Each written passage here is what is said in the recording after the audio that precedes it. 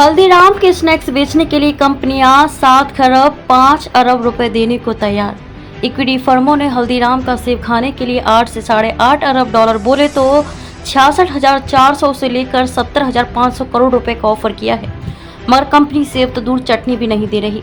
हालांकि अगर हल्दीराम मान गई और सौदा मंजूर हुआ तो ये भारत के इतिहास में FMCG सेक्टर में सबसे बड़ा अधिग्रहण होगा। देश की एक कंपनी है जिसके अधिग्रहण के लिए दुनिया भर के धुरंधरों में होड़ मची हुई है। इस कंपनी के अधिग्रहण के लिए दिग्गज इक्विटी फर्मों के बीच एक किस्म से जंग छिड़ी हुई है। एक तरफ है ब्लैकस्टोन, जो Abu Dhabi investment authority of Singapore के सॉवरेन वेल्थ फंड GIC के साथ इस कंपनी का अधिग्रहण करना चाह रही है। वहीं दूसरी तरफ बेन कैपिटल, जो सिंगापुर की टेमासेक के साथ इसको अपना बनाने का ख्वाब देख रही है। बड़े बड़े दिग्गज मैदान में है, लेकिन पैकेट नहीं खुल रहा। शायद आपको लगे कि पैसा कम दे रहे होंगे, नहीं जनाब, क्योंकि इन इक्विटी फर्मों ने इस कंपनी की सेब खाने के लिए 8 से $8.5 अरब बोले तो 66,400 करोड़ से लेकर 70,500 करोड़ रुपए का ऑफर किया है, मगर कंपनी सेब तो दूर चटनी भी नहीं दे रही। अंदाजा आपने लगा ही लिया होगा, कंपनी का नाम हल्दीराम है। अगर हल्दीराम मान गई और सौदा मंजूर हुआ तो ये भारत के इतिहास में FMCG सेक्टर में सबसे बड़ा अधिग्रहण होगा। लेकिन क्या ये पहली बार है? नहीं। टाटा ने की कोशिश। साल 2023 में भी टाटा कंज्यूमर प्रोडक्ट्स ने हल्दीराम को खरीदने की कोशिश की थी।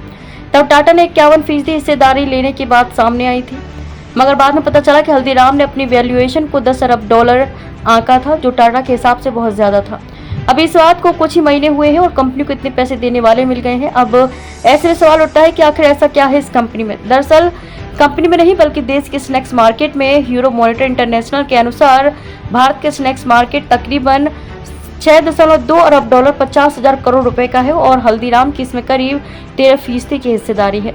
हालांकि 12% के साथ पेप्सी का भी इस मार्केट में दबदबा है, जिसका लेज चिप्स अपना भौकाल बनाए हुए हैं, मगर वो पेप्सी का हिस्सा है तो उसको खरीदना नामुमकिन है। ऐसे में हल्दीराम मुफीद ऑप्शन है। पक क्या रहा है? बेन कैपिटल पिछले महीनों में हल्दीराम चलाने वाले अग्रवाल परिवार के साथ चर्चा में रहा है। हालांकि शुरू में छोटे निवेश के इर्द गिर्द बातचीत घूमती रही। इक्विटी फर्म हल्दीराम में 76% तक हिस्सेदारी लेना चाहती है और अग्रवाल परिवार इसके लिए तैयार भी हो गया है।